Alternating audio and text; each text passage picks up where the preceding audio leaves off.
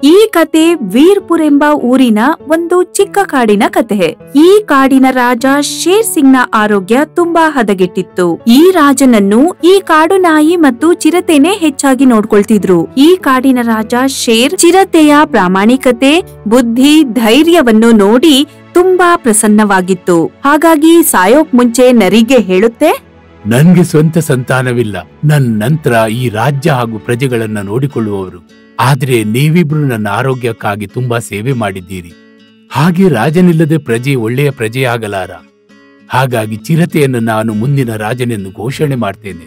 ಮಹಾಮಂತ್ರಿಗಳೇ, ನೀವು ಸಂಪೂರ್ಣ ಕಾಡಿನಲ್ಲಿ ಪ್ರಚಾರ ಮಾಡಿ ನನ್ ಮರಣದ ನಂತರ ಇಲ್ಲಿಯ ರಾಜ ಚಿರತೆ ಆಗ್ಬೇಕೆಂದು ಮತ್ತು ತೋಳ ಇಲ್ಲಿಯ ಸೇನಾಧಿಪತಿ ಆಗ್ಬೇಕೆಂದು. ಹಾಗ್ಯಾಕೆ ಮಹಾರಾಜ್ರೆ? ಚಿರತೆ ಓದ್ಲಿಕ್ಕಾಗಿ ಕಾಡಿನಿಂದ ಹೊರಗೆ ಹೋಗಿದ್ದ. ಆ ವೇಳೆ ನಾನ್ ನಿಮ್ ಬಳಿ ಇದ್ದೆ. ಇವನಿಗೆ ರಾಜನ ಆಡಳಿತ ಬಗ್ಗೆ ಏನು ತಿಳಿದಿದೆ? ಆದ್ರೆ ನನ್ಗೆ ತಿಳಿದಿದೆ ನಮ್ ಪ್ರಜೆಗಳನ್ನು ಮತ್ತು ರಾಜ್ಯವನ್ನು ಹೇಗೆ ಸಂಭಾಳಿಸ್ಬೇಕೆಂದು. ಹಾ ತೋಳ, ಆದ್ರೆ ಈಗ್ಲೂ ನಿನ್ನಿಂದ ಹಲವಾರು ವಿಷಯಗಳಲ್ಲಿ ಚಿರತೆ ಹೆಚ್ಚು ಮುಂದಿದೆ. ಅವುಗಳಂದ್ರೆ ಬುದ್ಧಿ, ವಿದ್ಯೆ, ಶಕ್ತಿ. ಮಹಾರಾಜ್ರೆ, ನೀವು ನಿಶ್ಚಿಂತರಾಗಿರಿ, ನಿಮ್ಗೇನು ಆಗೋದಿಲ್ಲ. ಹಾಗೆ ನಿಮ್ಮ ಅನುಪಸ್ಥಿತಿಯಲ್ಲಿ ನೀವೇನ್ ಬಯಸ್ತೀರೋ ಅದೇ ಆಗುತ್ತೆ. ರಾಜನ ಬಳಿ ಬಹಳ ಕಡಿಮೆ ಸಮಯವಿತ್ತು. ಹಾಗಾಗಿ ಇದು ಎಲ್ಲವನ್ನೂ ತನ್ನ ಮಂತ್ರಿಗೆ ತಿಳಿಸಿ ಹೇಳುತ್ತೆ. ಇದಾದ್ಮೇಲೆ ಈ ರಾಜನ ಮೃತ್ಯು ಆಗುತ್ತೆ. ರಾಜ ತೀರ್ಕೊಂಡ್ಮೇಲೆ ಎಲ್ಲಾ ಸಾಮ್ರಾಜ್ಯ ಚಿರತೆಯ ಕೈಗೆ ಬರುತ್ತೆ. ಈ ವಿಷಯ ಮಾತ್ರ ಈ ಕಾಡು ನಾಯಿಗೆ ಇಷ್ಟ ಆಗ್ಲಿಲ್ಲ. ಹಾಗಾಗಿ ಇದು ಎಲ್ಲಾ ಪ್ರಾಣಿಗಳಿಗೂ ಹೇಳ್ಕೊಡೋದಕ್ಕೆ ಶುರು ಮಾಡುತ್ತೆ. ಹಳ್ಳಿ ಜನರೇ, ತಿಳಿತಾ ಇಲ್ಲ ಚಿರತೆ ಏನು ಮಂಗಮಯ ಮಾಡಿದ್ದಾನೋ. ನಮ್ ರಾಜನಿಗೆ ಯಾವ್ದ್ರಿಂದಾಗಿ ಹೋಗೋಕ್ ಮುಂಚೆ ಅವರು ತಮ್ಮ ಶಾಸನವನ್ನು ಚಿರತೆಗೆ ಒಪ್ಪಿಸಿದ್ದಾರೆ. ಯಾರು ಹೆಚ್ಚು ಸಮಯ ಕಾಡಿನಲ್ಲಿ ಜೀವಿಸಲೇ ಇಲ್ಲ, ಅವನಿಗೇನು ತಿಳಿಯುತ್ತೆ ಪ್ರಜೆಗಳನ್ನು ಹೇಗೆ ನಿಭಾಯಿಸುವುದೆಂದು? ನೀವೇ ಹೇಳಿ, ನೀವೆಲ್ಲ ಚಿರತೆಯನ್ನು ನಿಮ್ ರಾಜನೆಂದು ಒಪ್ಪಿಕೊಳ್ತೀರಾ ಅಥವಾ ನನ್ನನ್ನ? ತೋಳ, ನಿನ್ನೊಂದಿಗೆ ಇದು ತುಂಬಾ ಅನ್ಯಾಯವಾಯ್ತು. ಆದ್ರೆ ತಿಳಿತಾ ಇಲ್ಲ ಆ ಚಿರತೆ ರಾಜನಿಗೇನು ಜಾದು ಮಾಡಿದ್ದಾನೋ, ಅದರಿಂದಾಗಿ ಅವನು ಇಲ್ಲಿಯ ರಾಜನಾದ. ಕಾಡಿನ ಪ್ರಾಣಿಗಳೇ, ನೀವೇ ಹೇಳಿ, ನಾನೇನಾದ್ರೂ ತಪ್ಪು ಹೇಳಿದ್ನಾ? ಅರೆ ಮಗು ತೋಳ, ನೀನೇನು ಚಿಂತಿಸ್ಬೇಡ. ನೀನು ಬಾಲ್ಯದಿಂದಲೂ ನಮ್ಮೊಂದಿಗಿದ್ದೀಯಾ. ನಾವು ನಿನ್ ಬಗ್ಗೆ ಒಳ್ಳೇದಾಗಿ ತಿಳಿದಿದ್ದೇವೆ. ನೀನು ನಮ್ಮೆಲ್ಲರ ಬಗ್ಗೆ ಎಷ್ಟು ಯೋಚಿಸ್ತಿದ್ದೀಯೆಂದು. ನಾವು ಮಂತ್ರಿ ಹಾಗೂ ಹೊಸ ರಾಜನೊಂದಿಗೆ ಮಾತನಾಡ್ತೇವೆ. ಆ ಬಳಿಕವೂ ಅವನು ರಾಜಗದ್ದುಗೆ ಬಿಡದಿದ್ರೆ ನಾವು ಅವನ ವಿರುದ್ಧ ಚಳುವಳಿ ಮಾಡ್ತೇವೆ. ಈಗ ಎಲ್ಲಾ ಪ್ರಾಣಿಗಳು ಈ ಕಾಡು ನಾಯಿಯ ಮಾತನ್ನು ಕೇಳ್ತಾವೆ. ಆಮೇಲೆ ಎಲ್ರೂ ಒಟ್ಟಾಗಿ ರಾಜನ ದರ್ಬಾರಕ್ಕೆ ಬರುತ್ತವೆ. ಅರಮನೆಯಲ್ಲಿ ಕಾಡಿನ ಎಲ್ಲಾ ಪ್ರಾಣಿಗಳ ದಂಡನ್ನು ನೋಡಿದ್ಮೇಲೆ ಮಂತ್ರಿ ರಾಜನಿಗೆ ಎಲ್ಲ ವಿಷಯ ತಿಳಿಸುತ್ತೆ. ಮಹಾರಾಜರೇ, ಕಾಡಿನ ಎಲ್ಲಾ ಪ್ರಾಣಿಗಳು ನಿಮ್ಮನ್ನು ರಾಜನೆಂದು ಒಪ್ತಾ ಇಲ್ಲ. ಅವರ ಬೇಡಿಕೆ ಅಂದ್ರೆ ನಿಮ್ಮನ್ನು ರಾಜಗದ್ದುಗೆಯಿಂದ ತೊಲಗಿಸೋದು ಮತ್ತು ರಾಜಗದ್ದುಗೆಯನ್ನು ತೋಳನಿಗೆ ಒಪ್ಪಿಸಬೇಕೆಂದು. ಏನು? ತೋಳನಿಗೆ? ಆದ್ರೆ ಏತಕ್ಕೆ? ನಿಮ್ಗೆ ತಿಳಿದಿದೆಯಲ್ಲ ಮಂತ್ರಿಗಳೇ, ತೋಳ ಹಿಂದೆಯೂ ರಾಜನಿಗೆ ದ್ರೋಹ ಬಗೆದಿದ್ದು. ಅದಕ್ಕಾಗಿ ಅವರು ನನ್ನನ್ನು ರಾಜನೆಂದು ಆಯ್ಕೆ ಮಾಡಿದ್ದಾರೆ. ಹಾ ಮಹಾರಾಜೆ, ನೀವು ಹೇಳುದು ನಿಜ ವಿಷಯ. ಈ ವಿಷಯ ಕೇವಲ ನಮ್ಮಿಬ್ಬರಿಗೆ ತಿಳಿದಿರೋದು, ಈ ಕಾಡಿನ ಪ್ರಾಣಿಗಳಿಗೆ ತಿಳಿದಿಲ್ಲ. ಹಾಗೆ ತೋಳನ ಬಗ್ಗೆ ಪ್ರಾಣಿಗಳಿಗೆ ತಿಳಿಯಬಾರದೆಂಬುದಾಗಿ ರಾಜ ಬಯಸಿದ್ರು. ಯಾಕೆಂದ್ರೆ ತೋಳ ಒಬ್ಬ ಅನಾಥ. ಒಂದ್ ವೇಳೆ ತೋಳನ ಅಸಲಿ ರೂಪ ಕಾಡಿನ ಪ್ರಾಣಿಗಳಿಗೆ ತಿಳಿದಿದ್ರೆ ಎಲ್ರೂ ದುಃಖಿತರಾಗ್ತಾರೆ ಮತ್ತು ನಮ್ ಕಾಡು ಪ್ರಾಣಿಗಳು ಎಂದು ಅನಾಥರಿಗೆ ಸಹಾಯ ಮಾಡೋದಿಲ್ಲ. ಹಾಗೆ ನಮ್ ರಾಜ್ಯದ ಹೆಸರು ಕೆಟ್ಟು ಹೋಗುತ್ತೆ. ನಿಜ ಹೇಳ್ತಿದ್ದೀಯ ನೀನು. ಈಗ ನಾನೇ ಏನಾದ್ರೂ ಮಾಡ್ಬೇಕು. ಮಂತ್ರಿ, ನೀನೊಂದು ಕೆಲಸ ಮಾಡು. ನೀನು ಹೊರಗೆ ಹೋಗಿ ಪ್ರಕಟಣೆ ಮಾಡು, ಇಂದು ಸಂಜೆ ನಾನೊಂದು ದೊಡ್ಡ ಘೋಷಣೆ ಮಾಡ್ತೇನೆಂದು. ಹಾಗೆ ಈ ಘೋಷಣೆ ಕಾಡಿನ ಎಲ್ಲಾ ಪ್ರಾಣಿಗಳ ಒಳಿತಿಗಿರುತ್ತೆ. ಹಾಗಾಗಿ ಸಂಜೆಗೆ ಕಾಡಿನ ಎಲ್ಲಾ ಪ್ರಾಣಿಗಳು ವೇಳೆಗೆ ಮೆಹಲಿಗೆ ಬರ್ಬೇಕು. ರಾಜನ ಸಂದೇಶವನ್ನು ಇದು ಎಲ್ಲಾ ಪ್ರಾಣಿಗಳಿಗೂ ತಿಳಿಸುತ್ತೆ. ಇಂದು ಸಂಜೆ ರಾಜ ಕಾಡಿನ ಎಲ್ಲಾ ಪ್ರಾಣಿಗಳ ಎದುರಿಗೆ ಒಂದು ಪ್ರಸ್ತಾಪ ಮಾಡಲಿದೆ. ಈ ವಿಷಯ ಕಾಡಿನ ಎಲ್ಲಾ ಪ್ರಾಣಿಗಳಿಗೂ ಒಳ್ಳೇದಾಗೋ ಹಾಗೆ ಇರುತ್ತೆ. ಇದೇನ್ ವಿಷಯ ಇರಬಹುದು ಅಂತ ಎಲ್ಲಾ ಪ್ರಾಣಿಗಳು ಒಟ್ಟಾಗಿ ಮಾತಾಡ್ಕೊಳ್ತಾರೆ. ಏನಿರ್ಬಹುದು ವಿಷಯ ಅಂತ ಒಬ್ರಿಗೊಬ್ರು ಮಾತಾಡ್ತಾರೆ. ಹಳೆಯ ರಾಜ ಎಷ್ಟು ಒಳ್ಳೆಯವನಾಗಿದ್ದ. ಕಾಡಿನ ಪ್ರಾಣಿಗಳು ಅವನ ಭೇಟಿಗೆ ಬಂದಾಗ ಅವರು ಸ್ವತಃ ಹೊರಗೆ ಬಂದು ನಮ್ಮನ್ನು ಭೇಟಿ ಆಗ್ತಿದ್ರು. ಆದ್ರೆ ಈ ರಾಜನಿಗೆ ಎಷ್ಟು ಅಹಂಕಾರ. ಇವನು ತನ್ನ ಮಂತ್ರಿಯಿಂದ ಅಂದ್ರೆ ಈ ಲೋಮ್ಡಿಯಿಂದ ಘೋಷಣೆ ಮಾಡಿಸಿದ. ಸಂಜೆ ನಮ್ಮೆಲ್ಲರ ಮುಂದೆ ಕಾಡು ಪ್ರಾಣಿಗಳ ಮುಂದೆ ಏನೋ ಪ್ರಸ್ತಾಪ ಇಡ್ತಾನಂತೆ. ಇನ್ನು ನೋಡ್ತಾ ಇರಿ ಏನೆಲ್ಲ ನಿಯಮಗಳಾಗ್ತವೆಂದು. ಹಿಂದಿನ ರಾಜ ಎಷ್ಟು ಒಳ್ಳೆಯವನಾಗಿದ್ದ. ನಮ್ಗೆ ಬಡವರಿಗೆ ದವಸ ಧಾನ್ಯ ಹಂಚುತ್ತಿದ್ರು, ಬಟ್ಟೆ ಹಂಚುತ್ತಿದ್ರು, ಹಲವು ಬಾರಿ ನಮ್ಮ ಕರ ಮನ್ನಾ ಮಾಡ್ತಿದ್ರು. ಆದ್ರೆ ಇವನು ರಾಜನ ದಿನದಿಂದ ಪ್ರಜೆಗಳ ಒಳಿತಿನ ಕಾರಣ ಹೇಳ್ತಾ ಮೂರ್ಖನಾಗಿಸ್ತಿದ್ದಾನೆ. ನಿಜ ಹೇಳ್ದೆ. ಅದಕ್ಕಾಗಿ ಪೂರ್ತಿ ಹಳ್ಳಿಯವರು ಬಯಸ್ತಾರೆ ರಾಜನನ್ನ ರಾಜ ಗದ್ದುಗೆಯಿಂದ ತೊಲಗಿಸ್ಬೇಕೆಂದು. ಸಂಜೆ ಇವನು ನಮ್ ಮುಂದೆ ಪ್ರಸ್ತಾಪ ಇಟ್ಟಾಗ ನಾವು ಕೂಡ ಇವನ ಮುಂದೆ ಪ್ರಸ್ತಾಪ ಇಡೋಣ, ನಮ್ ರಾಜ ತೋಳನಾಗ್ಬೇಕೆಂದು, ಅವನನ್ನು ಬಿಟ್ಟು ಯಾರೂ ರಾಜನಾಗ್ಬಾರ್ದೆಂದು. ಎಲ್ಲಾ ಪ್ರಾಣಿಗಳು ಒಟ್ಟಾಗಿ ಮಾತಾಡ್ಕೊಂಡು ನಿರ್ಧಾರ ಮಾಡ್ತಾರೆ, ನಮ್ಗೆ ಈ ಕಾಡು ನಾಯಿನೇ ರಾಜನಾಗ್ಬೇಕೆಂದು ಹೇಳೋಣ ಅಂತ. ಸಂಜೆ ಆದ್ಮೇಲೆ ಎಲ್ಲಾ ಪ್ರಾಣಿಗಳು ಒಟ್ಟಾಗಿ ರಾಜನ ದರ್ಬಾರಕ್ಕೆ ಬರ್ತಾರೆ. ಇಲ್ಲಿ ರಾಜ ಎಲ್ಲರ ಎದುರಿಗೆ ಬರುತ್ತೆ. ಆಮೇಲೆ ಎಲ್ಲಾ ಪ್ರಾಣಿಗಳಿಗೆ ಹೇಳುತ್ತೆ, ನಾವಿಲ್ಲಿ ಒಂದು ಘೋಷಣೆ ಮಾಡಲು ಬಂದಿದ್ದೇವೆ. ನಮ್ಮ ಪ್ರಜೆಗಳಿಗಾಗಿ ಒಂದು ಪಾಠಶಾಲೆ ತೆರೆಯುತ್ತೇವೆ. ಇಲ್ಲಿ ಕಾಡಿನ ಯಾವ ಪ್ರಾಣಿಗಳು ಯುದ್ಧದ ಕಸರತ್ತು ಕಲಿಯಬಹುದು ಅಥವಾ ಯುದ್ಧದ ಸಂಬಂಧಿತ ಏನಾದ್ರೂ ಕಲಿಯಲು ಬಯಸಿದ್ರೆ ಅವರು ಈ ಪಾಠಶಾಲೆಗೆ ಸೇರಿಕೊಳ್ಬಹುದು. ಕಾಡಿನ ಎಲ್ಲಾ ಯುವ ಪ್ರಾಣಿಗಳಿಗೆ ಕಸರತ್ತು ಕಲಿಸಲಾಗುತ್ತೆ. ಇನ್ನು ಕಾಡಿನ ಪ್ರತಿ ಯುವ ಪೀಳಿಗೆಗೆ ಈ ಅವಕಾಶವಿದೆ. ಅವರೂ ಸಹ ತಮ್ಮ ಸಹಯೋಗ ನೀಡಬೇಕು. ಎರಡನೇ ಪ್ರಕಟಣೆ, ಇನ್ನು ಬಡವರಿಗೆ ತಿಂಗಳಿಗೆ ಒಂದ್ಸಲ ಊಟ ಹಂಚೋದಲ್ಲ, ಎಲ್ಲ ಬಡವರಿಗೆ ಪೂರ್ತಿ ತಿಂಗಳ ರೇಷನ್ ಹಂಚಲಾಗುತ್ತೆ. ಹಾಗೆ ಮೂರನೇ ಪ್ರಕಟಣೆ, ಯಾವುದನ್ನ ಕೇಳಿ ಪ್ರಾಯಶಃ ನಿಮ್ಮೆಲ್ಲರಿಗೆ ಖುಷಿ ಆಗುವಂತಹದ್ದು. ಮಹಾರಾಜ್ರೆ, ನಾವು ಒಂದೇ ದಿನ ಖುಷಿ ಪಡ್ತೇವೆ ಯಾವಾಗ ನೀವು ಘೋಷಣೆ ಮಾಡ್ತೀರಿ ರಾಜ ಗದ್ದುಗೆಯನ್ನು ಬಿಟ್ಟು ಹೋಗ್ತೇನೆ, ತೋಳನನ್ನು ರಾಜನೆಂದು ಘೋಷಣೆ ಮಾಡ್ತೀರಾ. ಯಾಕಂದ್ರೆ ನೀವು ಇದಕ್ಕೆ ಅರ್ಹರಲ್ಲ. ಈ ಮಾತನ್ನ ನೀವು ಎಷ್ಟು ಬೇಗ ತಿಳಿತೀರೋ ನಿಮ್ಗೆ ಒಳಿತಾಗುತ್ತೆ. ನೀವು ಹೇಳಿದ್ದು ನಿಜ. ಹಾಗಾಗಿ ನಾವು ನಿರ್ಧಾರ ಮಾಡಿದ್ದೇವೆ. ಆದ್ರೆ ಒಮ್ಮೆಲೆ ನಾವು ನಮ್ಮ ಶಾಸನವನ್ನು ಯಾರ ಕೈಗೂ ಒಪ್ಪಿಸಲು ಸಾಧ್ಯವಿಲ್ಲ. ನಾವು ಇಲ್ಲಿ ಇರಲಿಲ್ಲ, ಹಾಗಾಗಿ ನಮ್ಗೆ ತಿಳಿದಿಲ್ಲ ಯಾರು ಎಷ್ಟು ಅರ್ಹರೆಂದು. ಹಾಗಾಗಿ ನಾವು ನಿಶ್ಚಯಿಸಿದ್ದೇವೆ, ನಿಮ್ ಮಾತಿನ ಪ್ರಕಾರ ನಾವು ತೋಳನನ್ನು ಒಂದು ದಿನಕ್ಕಾಗಿ ರಾಜನಾಗಿಸ್ತೇವೆ. ಈ ಒಂದು ದಿನದಲ್ಲಿ ನಮ್ಗೆ ಹಾಗೂ ನಿಮ್ಗೆಲ್ಲ ಅನಿಸಿದ್ರೆ ತೋಳ ಆಡಳಿತ ಸರಿಯಾಗಿ ಮಾಡ್ತಿದ್ದಾನೆಂದು ನಂತರದ ನಿರ್ಧಾರ ನಿಮ್ಗೆ ಒಪ್ಪಿಸ್ತೇನೆ ನಾನು. ಆ ನಂತರ ನೀವು ತೋಳನನ್ನು ರಾಜನಾಗಿಸಿ ಅಥವಾ ನನ್ನನ್ನು ರಾಜನಾಗಿಸಿ. ರಾಜನ ಮಾತನ್ನು ಕೇಳಿದ್ಮೇಲೆ ಕಾಡಿನ ಎಲ್ಲಾ ಪ್ರಾಣಿಗಳು ಮತ್ತೆ ರಾಜ ದರ್ಬಾರದ ಎಲ್ಲಾ ಮಂತ್ರಿಗಳು ಸಿಪಾಯಿಗಳು ಒಟ್ಟಾಗಿ ಮಾತಾಡ್ಕೊಳ್ತಾರೆ. ಇಲ್ಲಿ ಮಂತ್ರಿಯಾಗಿದ್ದ ನರಿಗೆ ತುಂಬಾ ಆಶ್ಚರ್ಯ ಆಗುತ್ತೆ. ಈ ಮಾತಿನಿಂದ ಕಾಡನಾಯಿಕ್ ತುಂಬಾ ಖುಷಿಯಾಗುತ್ತೆ. ಯಾಕಂದ್ರೆ ಇದಕ್ಕಂತೂ ಒಂದೇ ದಿನ ಸಾಕಾಗಿತ್ತು. ಮತ್ತೆ ಮರುದಿನವೇ ಈ ಕಾಡು ನಾಯಿಯನ್ನು ರಾಜನನ್ನಾಗಿ ಘೋಷಿಸ್ತಾರೆ. ಆದ್ರೆ ಇದಕ್ಕಿದು ನೆನ್ಪಿರಲ್ಲ, ನಾನು ಒಂದೇ ದಿನಕ್ಕೆ ರಾಜನಾಗಿರೋದೆಂದು. ಇದು ದುರಾಸೆಯಿಂದ ಎಲ್ಲಾ ಪ್ರಾಣಿಗಳ ಎದುರುಗಡೆ ಜಂಬಾ ಪಟ್ಕೊಳಕ್ಕೆ ಈ ತಪ್ಪು ನಿರ್ಧಾರ ತಗೊಳುತ್ತೆ. ಮಂತ್ರಿಗಳೇ, ಆಹಾರದ ಗೋದಾಮ್ ಪೂರ್ತಿ ತುಂಬಿಕೊಂಡಿದೆ.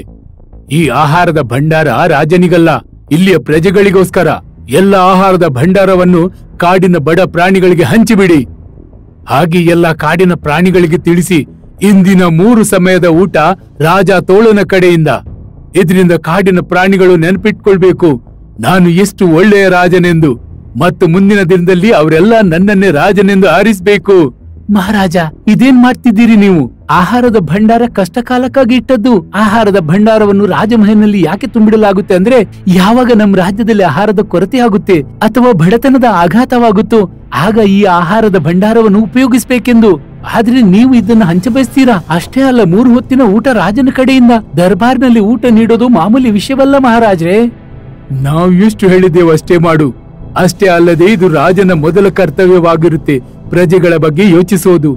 ಯಾವುದನ್ನ ಶೇರ್ ಹಾಗೂ ಚಿರತೆ ಯೋಚಿಸಲೇ ಇಲ್ಲ. ಮತ್ತೆ ಸೇನಾಧಿಪತಿಗಳಿಗೆ ತಿಳಿಸು, ಇಂದು ಯಾರು ಕಸರತ್ತು ಮಾಡೋದು ಬೇಡ, ಅವರೆಲ್ಲ ಹಳ್ಳಿಯವರ ಉಪಚಾರ ಮಾಡಬೇಕು. ಹಾಗೆ ಹಳ್ಳಿಯ ಎಲ್ಲ ಜನರಿಗೆ ಬಟ್ಟೆಯನ್ನು ಹಂಚಲಾಗುತ್ತೆ. ಮತ್ತೆ ರಾತ್ರಿ ವೇಳೆ ಎಲ್ಲ ಪುರುಷರಿಗೆ ಮದಿರ ನೀಡಲಾಗುವುದು. ಏನು ಮದಿರ? ಮಹಾರಾಜರೇ, ಚಿರತೆ ಮದಿರವನ್ನ ನಿಷೇಧಿಸಿದೆ. ಒಂದ್ ವೇಳೆ ಮದಿರಾದ ನಿಷೇಧ ತೆಗೆದ್ರೆ ಕಾಡಿನ ಪ್ರಾಣಿಗಳು ಮದಿರಾದ ನಶೆಯಲ್ಲಿ ಮುಳುಗಿ ಹೋಗ್ಬಹುದು. ನಾವು ಒಂದಿನಕ್ಕಾಗಿ ರಾಜನಾಗಿದ್ದೇವೆ. ಅದೇ ಸಂತೋಷದಲ್ಲಿ ನಮ್ ಕಡೆಯಿಂದ ಕಾಡಿನ ಪ್ರಾಣಿಗಳಿಗಾಗಿ ಇದೊಂದು ಸಣ್ಣ ಉಪಹಾರ. ತಿಳಿತಾ ನಿಮ್ಗೆ? ಇನ್ನು ಹೋಗಿಲ್ಲಿಂದ, ಹೋಗಿ ನಾನೇನ್ ಹೇಳಿದ್ನ ಅದನ್ನೇ ಮಾಡು. ಇದು ರಾಜನಾಗಿ ಒಂದೇ ದಿನ ಆಗಿತ್ತು. ಎಲ್ಲಾ ಪ್ರಾಣಿಗಳನ್ನು ಹಾಳ್ ಮಾಡೋದಕ್ಕೆ ಕಾಯ್ತಾ ಇರುತ್ತೆ. ಇದೇ ರೀತಿ ಪೂರ್ತಿ ದಿನ ಕಳೆದು ಹೋಗುತ್ತೆ. ಈ ನಾಯಿ ತನ್ನ ಇಷ್ಟದ ಹಾಗೆ ಮಾಡ್ತಾ ಇರುತ್ತೆ. ರಾತ್ರಿ ಆದ್ಮೇಲೆ ಎಲ್ಲಾ ಪ್ರಾಣಿಗಳು ನಶೆಯಲ್ಲಿರ್ತಾರೆ. ಈ ಕಾರಣದಿಂದ ಕಾಡಿನಲ್ಲಿ ಕಳ್ಳತನ ಆಗ್ಬಿಡತ್ತೆ. ಮತ್ತೆ ಕೆಲವು ಕೆಟ್ಟ ಪ್ರಾಣಿಗಳು ಈ ಕಾಡಿಗೆ ಸೇರ್ಕೊಳ್ತಾರೆ. ಈ ಕಡೆ ನೋಡಿದ್ರೆ ಈ ರಾಜನಾಗಿದ್ದಂತಹ ಕಾಡು ನಾಯಿ ಕೂಡ ನಶೆಯಲ್ಲೇ ಇರುತ್ತೆ. ಇದೇ ಸಮಯಕ್ಕೆ ಸರಿಯಾಗಿ ಬಂದಂತಹ ಚಿರತೆ ತನ್ನ ಚಿಕ್ಕ ಸೈನ್ಯದೊಂದಿಗೆ ಈ ಕೆಟ್ಟ ಪ್ರಾಣಿಗಳೊಂದಿಗೆ ಹೊಡೆದಾಟ ಶುರು ಮಾಡುತ್ತೆ. ಆಮೇಲೆ ಅವರಿಗೊಂದು ಗತಿ ಕಾಣಿಸ್ಬಿಡುತ್ತೆ. ಇದೇ ರೀತಿಯಾಗಿ ಕಾಡು ನಾಯಿಯ ಒಂದಿನದ ರಾಜನ ಕೆಲ್ಸ ಮುಗಿಯುತ್ತೆ. ಇದಕ್ ಸಿಕ್ಕಿದ ಒಂದಿನದಲ್ಲೂ ಕೂಡ ಇದು ಒಳ್ಳೆ ಕೆಲ್ಸ ಮಾಡೋದಿಲ್ಲ. ಮತ್ತೆ ಮರುದಿನ ಇದಕ್ಕೆ ಪ್ರಜ್ಞೆ ಬಂದಾಗ ಅದಕ್ ಗೊತ್ತಾಗತ್ತೆ, ನಾನು ಎಲ್ಲಾ ಪ್ರಾಣಿಗಳಿಗೂ ಎಷ್ಟು ತೊಂದರೆ ಕೊಟ್ಟೆ ಎಂದು. ಹಾಗಾಗಿ ಇದು ತನ್ನನ್ ತಾನು ಕಾಪಾಡ್ಕೊಳ್ಳೋದಕ್ಕೆ ಅರಮನೆಯಲ್ಲಿದ್ದಂತಹ ಕೆಲವು ಚಿನ್ನಗಳನ್ನ ಕತ್ಕೊಂಡು ಹೋಗುತ್ತೆ. ಮತ್ತೊಮ್ಮೆ ಕಾಡಿನ ಎಲ್ಲಾ ಪ್ರಾಣಿಗಳು ರಾಜ ದರ್ಬಾರದಲ್ಲಿ ಸೇರ್ಕೊಳ್ತಾರೆ. ಆದ್ರೆ ಈ ಬಾರಿ ಕಾಡಿನ ಎಲ್ಲಾ ಪ್ರಾಣಿಗಳು ನಾಚಿಕೆಯಿಂದ ತಲೆ ತಗ್ಸಿರ್ತಾರೆ. ಮಹಾರಾಜ್ರೆ, ನಮ್ಮನ್ನು ಕ್ಷಮಿಸಿ ಬಿಡಿ. ಆದ್ರೆ ನೀವು ತುಂಬಾ ಉತ್ತಮ ನಿರ್ಧಾರ ತಗೊಂಡಿದ್ದೀರಿ. ಆ ತೋಳನನ್ನು ಕೇವಲ ಒಂದಿನಕ್ಕಾಗಿ ರಾಜನಾಗಿಸಿ. ಈ ರೀತಿ ನೀವು ನಮ್ಗೆ ತಪ್ಪಿನ ಅರಿವು ಮೂಡಿಸಿದ್ರಿ. ಈಗ ನಮ್ಗೆ ತಿಳಿಯಿತು, ಅವನು ರಾಜನಾಗ್ತಿದ್ರೆ ಪ್ರಾಯಶಃ 2 ದಿನದಲ್ಲಿ ನಮ್ ಪ್ರಜೆಗಳು ನಾಶವಾಗ್ತಿದ್ರು. ನನ್ಗೆ ಖುಷಿ ಆಯ್ತು. ನಿಮ್ಗೆ ನಾನೇನು ತಿಳಿಸ ಬಯಸಿದ್ದೇನೋ ಅದನ್ನು ನೀವು ತಿಳಿದುಕೊಂಡ್ರಿ. ಆದ್ರೆ ಈ 1 ದಿನದಲ್ಲಿ ಆ ತೋಳ ಬಹಳ ಹಾನಿ ಮಾಡಿಬಿಟ್ಟ. ಹಾಗಾಗಿ ನಾನು ನಿಮ್ಮೆಲ್ಲರಲ್ಲಿ ವಿನಂತಿಸ್ತೇನೆ, ಈ ಸಲ ಯಾರ ಕರವನ್ನು ಮನ್ನಾ ಮಾಡಲು ಸಾಧ್ಯವಿಲ್ಲ. ನೀವೆಲ್ಲರೂ ನನ್ ಜೊತೆಗಿರ್ಬೇಕು. ಯಾಕೆಂದ್ರೆ ಈಗ ಆಹಾರದ ಭಂಡಾರದಲ್ಲಿ ಸಾಕಷ್ಟು ಆಹಾರವಿಲ್ಲ, ಬಂಗಾರವೂ ಇಲ್ಲ. ರಾತ್ರಿ ದರೋಡೆಕೋರರು ಬಂದು ಕಾಡಿನಲ್ಲಿ ದರೋಡೆ ಮಾಡಿದ್ದಾರೆ. ಈ ಸಂಕಷ್ಟದ ಪರಿಸ್ಥಿತಿಯಲ್ಲಿ ನನ್ಗೆ ನನ್ನ ಪ್ರಜೆಗಳ ಬೆಂಬಲ ಬೇಕು. ಮತ್ತೆ ಆ ತೋಳನ ವಿಷಯ, ಆದಷ್ಟು ಬೇಗ ನಾನು ಅವನನ್ನು ಬಂಧಿಸ್ತೇನೆ. ನಿಜ ಹೇಳ್ತಾರೆ, ಪ್ರಾಣಿಗಳು ಶಕ್ತಿಯಿಂದಲ್ಲ ಬುದ್ಧಿಯಿಂದ ಬಲಶಾಲಿಗಳು. ನೀವು ನಿಮ್ ಬುದ್ಧಿಯನ್ನು ಉಪಯೋಗಿಸಿದ್ರಿ. ಇದೇ ವ್ಯತ್ಯಾಸ ಒಬ್ಬ ಜ್ಞಾನಿ ಹಾಗೂ ಮೂರ್ಖನ ಮಧ್ಯೆ. ಚಿರತೆಯ ಈ ಮಾತನ್ನು ಕೇಳಿದ್ಮೇಲೆ ಎಲ್ಲಾ ಪ್ರಾಣಿಗಳಿಗೂ ಗೊತ್ತಾಗುತ್ತೆ, ಮೊದಲು ರಾಜನಾಗಿದ್ದಂತಹ ಶೇರ್ ಚಿರತೆಯನ್ನೇ ಏಕೆ ರಾಜನನ್ನಾಗಿ ಮಾಡಿತ್ತೆಂದು. ಆಮೇಲೆ ಎಲ್ಲಾ ಪ್ರಾಣಿಗಳು ಚಿರತೆಯೇ ರಾಜನಾಗಬೇಕೆಂದು ಕೇಳ್ಕೊಳ್ತಾರೆ. ಆಮೇಲೆ ಈ 1 ದಿನದ ರಾಜನನ್ನು ಹಿಡಿಯೋಕೋಡೋಗ್ತಾರೆ, ಯಾಕಂದ್ರೆ ಅದನ್ನ ಹಿಡಿದು ಕಠಿಣ ಶಿಕ್ಷೆ ಕೊಡ್ಬೇಕೆಂದು. ಬೇಲಾಪುರ್ ಎಂಬ ಊರಿನ ದೊಡ್ಡ ಕಾಡಿನಲ್ಲಿ ಮತ್ತೊಮ್ಮೆ ಚುನಾವಣೆ ಆಗಲಿದೆ. ಈಗ ಮತ್ತೊಮ್ಮೆ ಚುನಾವಣೆ ಬಂದಿದೆ ಅಣ್ಣಂದಿರೇ. ಈ ಸಲ ಕಾಡಿನ ರಾಜ ಯಾರಾಗಬಹುದು? ತಮ್ಮ, ಪ್ರತಿ ಸಲದಂತೆ ಈ ಸಲವೂ ನಮ್ಮ ಅಣ್ಣ ಶೇರ್ ಸಿಂಗ್ನೇ ರಾಜನಾಗ್ತಾನೆ. ನಾನ್ ಹೇಳ್ತೇನೆ, ಈ ಸಲ ಕಥೆಯಲ್ಲಿ ಟ್ವಿಸ್ಟ್ ಆಗ್ಬೇಕು. ಹಾ, ಒಳ್ಳೆ ಝಕಾಸ್ ಮಾತು ಹೇಳಿದೆ ನೀನು. ಎಲ್ರಿಗೂ ಶೇರ್ ಸಿಂಗ್ ನಿಂದ ಸಾಕಾಗಿದೆ. ಹಾಗಾದ್ರೆ ರಾಜ ಯಾರಾಗ್ತಾನೆ? ಅರೆ, ನಮ್ಮ ಎಲ್ರಿಗಿಂತ ಸಾಲಿಡ್ ಅಣ್ಣ ಅಂದ್ರೆ ಬಾಹು ಅಣ್ಣ. ಆದ್ರೆ ನಾನ್ ಹೇಗೆ? ಅರೆ ಬಾಹು, ಯಾಕೆ ಹೆದರ್ತಿ? ನಾವೆಲ್ಲ ಇದ್ದೇವಲ್ಲ ನಿನ್ ಜೊತೆ. ಅರೆ ನಿಂದಂತೂ ಮಸ್ತ್ ಬಾಡಿದೆ. ಏಹೇ. ಹಾ, ಅಂದ್ರೆ ನೀನಂತೂ ರಿತಿಕ್ ರೋಷನ್ ಅಂತಿದ್ದೀಯಾ. ಅರೆ ಅಲ್ಲಲ್ಲ, ಅವನು ನಮ್ಮ ಚುಲ್ಬುಲ್ ಪಾಂಡಿದ್ದಾನಲ್ಲ, ದಬಂಗ್, ಪೂರ್ತಿ ಸಾಲಿಡ್ ಸಲ್ಮಾನ್ ಅಣ್ಣ.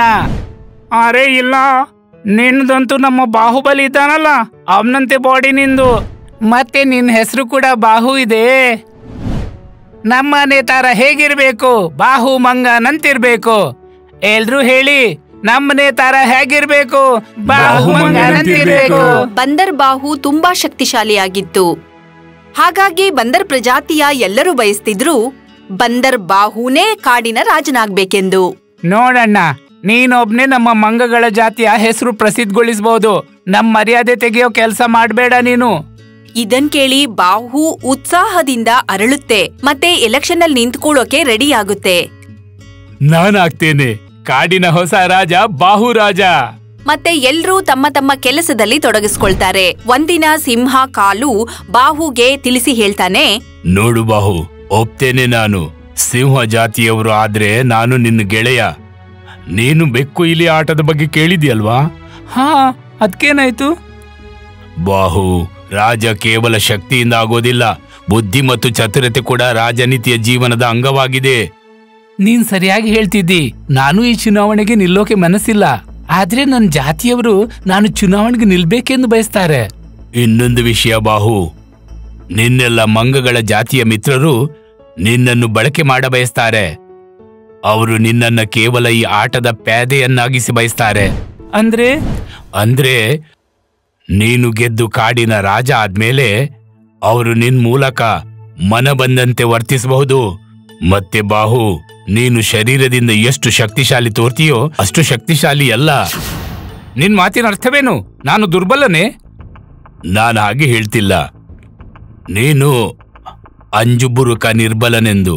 ಆದ್ರೆ ನೀನು ಭಾವುಕನಾಗಿದ್ದಿ, ತುಂಬಾ ಭಾವುಕನಾಗಿದ್ದಿ. ಬೇಗನೆ ಎಲ್ಲರ ಮಾತನ್ನು ಒಪ್ಪಿಕೊಳ್ಳುತ್ತಿ. ಆದ್ರೆ ರಾಜನೀತಿಯಲ್ಲಿ ಸರ್ಕಾರ ನಡೆಸೋದು ತಿಳಿದಿರ್ಬೇಕು. ಪ್ರಾಯಶಃ ನೀನು ಹೇಳಿದ್ದು ಸರಿ. ನಾನಿನ್ನು ಚುನಾವಣೆಗೆ ನಿಲ್ಲೋದನ್ನ ನಿರಾಕರಿಸ್ತೇನೆ. ಬಾಹು ತಮ್ಮ ಪ್ರಜಾತಿಯ ಎಲ್ಲರಿಗೂ ಹೇಳುತ್ತೆ, ನಾನು ಎಲೆಕ್ಷನ್ ಅಲ್ಲಿ ನಿಂತ್ಕೊಳ್ಳಲ್ಲ ಎಂದು. ಆದ್ರೆ ನಿನ್ಗೇನಾಯ್ತು? ಬಾಹು ಎಲ್ಲರಿಗೂ ಕಾಲು ಹೇಳಿದ ಮಾತನ್ನು ಹೇಳುತ್ತೆ. ಇದೆಲ್ಲ ನಿನ್ನನ್ನು ಚುನಾವಣೆಯಿಂದ ಹಿಂತೆಗೆಯಲು ಕಾಲುವಿನ ಆಟ. ಆದ್ರೆ ಸಿಂಹರಾಜೀವನ ಬುದ್ಧಿಗೆ ಮುಲಾಮ್ ತಾಗಿಸಿರ್ಬೇಕು. ಹಾ, ನಿನ್ಗೆ ಅಂತವರ ಬಗ್ಗೆ ತಿಳಿದಿಲ್ಲ. ಇವ್ರು ಈ ತರದ ಬಲೆ ಬೀಸಿ ನಮ್ಮೊಳಗೆ ಜಗಳ ಮಾಡ ಬಯಸ್ತಾರೆ. ನಾವಂತೂ ನಿನ್ಗೆ ಒಳಿತನ್ನೇ ಬಯಸಿದ್ವು. ನೀನು ರಾಜನಾಗ್ಬೇಕು, ನಿನ್ ಹೆಸರು ಆಗ್ಬೇಕು. ಆದ್ರೆ ನಿನ್ಗೆ ಬೇಡದಿದ್ರೆ ಸರಿ ಗೆಳೆಯ. ನನ್ನ ಮಾತು ಕೇಳು, ನೀನು ಚುನಾವಣೆಗೆ ನಿಲ್ಲು, ನೀನೇ ಗೆಲ್ತಿ. ನಿನ್ನಲ್ಲಿ ರಾಜನಾಗುವ ಎಲ್ಲಾ ಗುಣ ಇದೆ. ಅದಕ್ಕೆ ಅವನು ಸಿಂಹರಾಜ ನಿನ್ನ ನಮ್ಮ ಎದುರಲ್ಲಿ ನಿಲ್ಲದಂತೆ ಮಾಡ್ತಿದ್ದಾನೆ. ಹಾ, ಮತ್ತೆ ಕಾಳು ಸಿಂಹ ಅವನು ಎಷ್ಟು ಸೌಮ್ಯವಾಗಿ ಕಾಣ್ತಾನೋ ಹಾಗಿಲ್ಲ, ಅವನು ತುಂಬಾ ಅಪಾಯಕಾರಿ. ಅವನು ಅವರೆಲ್ಲರ ಉದ್ದೇಶ ಅದೇ ಆಗಿದೆ, ನಾವು ಮಂಗಗಳು ತಮ್ಮೊಳಗೆ ಜಗಳ ಮಾಡ್ಕೊಂಡು ಸಾಯ್ಬೇಕೆಂದು. ನೋಡಣ್ಣ, ನೀನೊಬ್ನೇ ನಮ್ಮಲ್ಲಿ ಶಕ್ತಿಶಾಲಿ ಹಾಗೂ ನಮ್ಮನ್ನು ರಕ್ಷಿಸುವ ಸಾಮರ್ಥ್ಯ ಹೊಂದಿದ್ದೀಯಾ. ಈ ಬಂದರ್ ಮತ್ತೆ ತನ್ನ ಜೊತೆಯವರ ಜೊತೆ ಮಾತು ಕೇಳ್ಕೊಂಡು ಉತ್ಸಾಹದಿಂದ ಹೇಳುತ್ತೆ, ಸರಿ, ನಾನು ಚುನಾವಣೆ ಸ್ಪರ್ಧಿಸ್ತೇನೆ, ಸರಿಯಾ?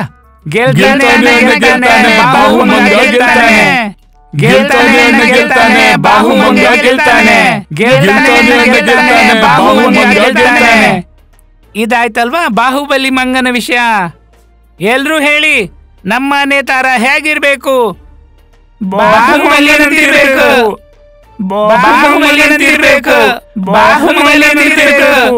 ಕೆಲವು ದಿನಗಳ ನಂತರ ಬಾಹು ಕೂಡ ಎಲೆಕ್ಷನ್ ಅಲ್ಲಿ ನಿಂತುಕೊಳ್ಳುತ್ತೆ ಮತ್ತೆ ಬಹಳವಾಗಿ ಚೆನ್ನಾಗಿ ಭಾಷಣ ಮಾಡುತ್ತೆ. ಕಾಲುಗೆ ಇದನ್ನ ನೋಡಿ ತುಂಬಾ ಬೇಜಾರಾಗುತ್ತೆ. ಬಾಹು ತನ್ನ ಮಾತೆ ಕೇಳಲಿಲ್ವಲ್ಲ ಅಂತ. ನೀನು ನನ್ನ ಮಾತು ಒಪ್ಲಿಲ್ಲ, ದೊಡ್ಡ ವಿಷಯವೇನಲ್ಲ. ಆದ್ರೂ ನನ್ನ ಶುಭ ಕಾಮನೆಗಳು ನಿನ್ನೊಂದಿಗಿವೆ. ನನ್ಗೆ ಸರಿಯಾಗಿ ತಿಳಿದಿದೆ ಯಾರು ನನ್ನೊಂದಿಗಿದ್ದಾರೆ, ಯಾರಿಲ್ಲ ಎಂದು. ಚುನಾವಣೆಯ ಒಂದಿನ ಮೊದಲು ಶೇರ್ ಸಿಂಗ್ ಕಾಲುನ ಕಿವಿಯಲ್ಲಿ ಒಂದು ಯೋಜನೆಯನ್ನು ಹೇಳುತ್ತೆ. ಆದ್ರೆ ನಾನ್ ಏನ್ ಹೇಳ್ತಾನೋ ನಿನ್ಗೆ ಹಾಗೆ ಮಾಡು ನೀನು. ಕೆಲವು ದಿನಗಳ ನಂತರ ಚುನಾವಣೆಯ ಫಲಿತಾಂಶ ಬರುತ್ತೆ. ಇಲ್ಲಿ ಬಾಹು ಪ್ರಚಂಡ ಬಹುಮತದಿಂದ ಗೆದ್ದು ಬಿಡುತ್ತೆ. ಬಂದರ್ ಬಾಹುನ ಎಲ್ಲಕ್ಕಿಂತ ಹೆಚ್ಚಾದ ಓಟನ್ನು ನೋಡಿ ಎಲ್ರಿಗೂ ಆಶ್ಚರ್ಯವಾಗುತ್ತೆ. ನಾನು ಇಷ್ಟು ಓಟ್ ಹೇಗೆ ಪಡೆದುಕೊಂಡೆ? ಏನು ಎಲ್ಲಾ ಪ್ರಾಣಿಗಳು ಪರಿವರ್ತನೆ ಬಯಸ್ತಾರಾ? ಈಗ ಬಂದರ್ ಬಾಹು ಕಾಡಿನ ರಾಜನಾಗಿದ್ದ. ಎಲ್ರೂ ಕೂಡ ತಮ್ಮ ಸಮಸ್ಯೆಯನ್ನು ತಗೊಂಡು ಇವನ್ ಬಳಿ ಬರ್ತಾರೆ. ಒಂದಿನ ಟೀಟು ಜಿಂಕೆ ಓಡುತ್ತಾ ಬಾಹು ಬಳಿಗೆ ಬರುತ್ತೆ.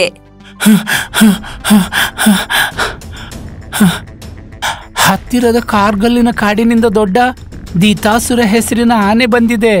ಅವರು ನಮ್ಮ ಅರ್ಧಕ್ಕಿಂತಲೂ ಹೆಚ್ಚು ಮನೆಗಳನ್ನು ಧ್ವಂಸ ಮಾಡಿದ್ದಾರೆ.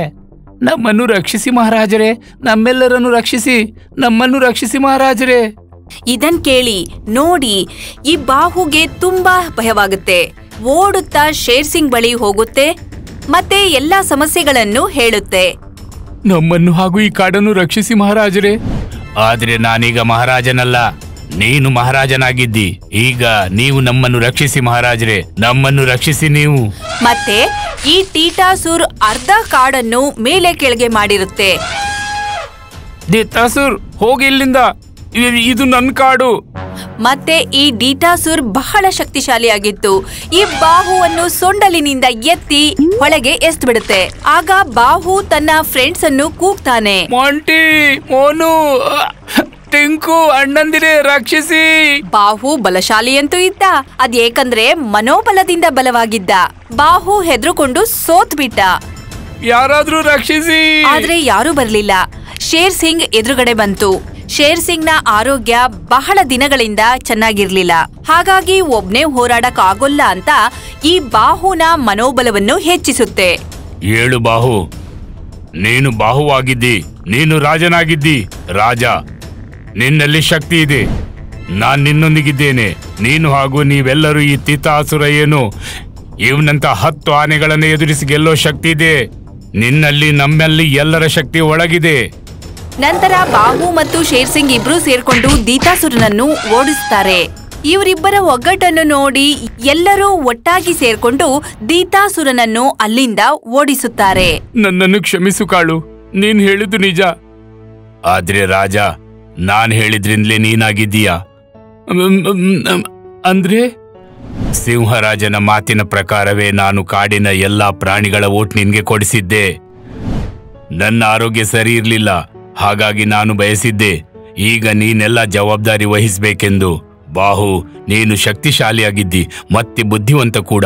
ಈಗ ನೀನೊಬ್ಬ ಮಹಾರಾಜ, ಇನ್ನು ನೀನು ಹೆದರ್ಬಾರ್ದು. ಬಾಹು, ನನ್ನನ್ನು ಕ್ಷಮಿಸು. ನಾವೆಲ್ಲ ನಿನ್ನನ್ನು ಎದುರುಗಿಟ್ಕೊಂಡು ಮಜಾ ಮಾಡ ಬಯಸಿದ್ದೆವು. ಆದ್ರೆ ನಮ್ಗೆ ನಮ್ಮ ತಪ್ಪಿನ ಅರಿವಾಗಿದೆ. ಮಹಾರಾಜ ಸಿಂಹರಾಜರೇ, ನೀವು ನಮ್ಮನ್ನು ಕ್ಷಮಿಸಿಬಿಡಿ. ಮತ್ತೆ ನಿಮ್ಮ ಅಧಿಕಾರ ಸ್ವೀಕರಿಸಿ, ನೀವೇ ನಮ್ಮ ಮಹಾರಾಜರು. ಸರಿಯಾಗಿ ಹೇಳಿದೆ ಬಾಹು. ಹಾಗಾದ್ರೆ ಎಲ್ರು ಹೇಳಿ, ನಮ್ಮ ನೇತಾರ ಹೇಗಿರ್ಬೇಕು? ಶೇರ್ ಸಿಂಹನಂತಿರ್ಬೇಕು. ಈಗ ಎಲ್ರಿಗೂ ಅರ್ಥವಾಗಿತ್ತು, ಮನೋಬಲದ ಜೊತೆಗೆ ಬುದ್ಧಿ, ಚತುರತೆ ಮತ್ತೆ ಒಳಗಿನ ಶಕ್ತಿ ಕೂಡ ಮಹತ್ವಪೂರ್ಣ ಎಂದು. ಇದು ಸಿಂಹನಿಂದ ಕಲಿತ ಹಾಗಾಯಿತು. ನಿಮ್ಗೆ ನಮ್ಮ ವಿಡಿಯೋ ಇಷ್ಟ ಆಗಿದ್ರೆ ಕೂಡಲೇ ನಮ್ಮ ಚಾನೆಲ್ ಅನ್ನ ಸಬ್ಸ್ಕ್ರೈಬ್ ಮಾಡಿ. ಮತ್ತೆ ವಿಡಿಯೋನ ಲೈಕ್ ಮತ್ತೆ ಶೇರ್ ಮಾಡೋದನ್ನ ಮರಿಬೇಡಿ. ಧನ್ಯವಾದ.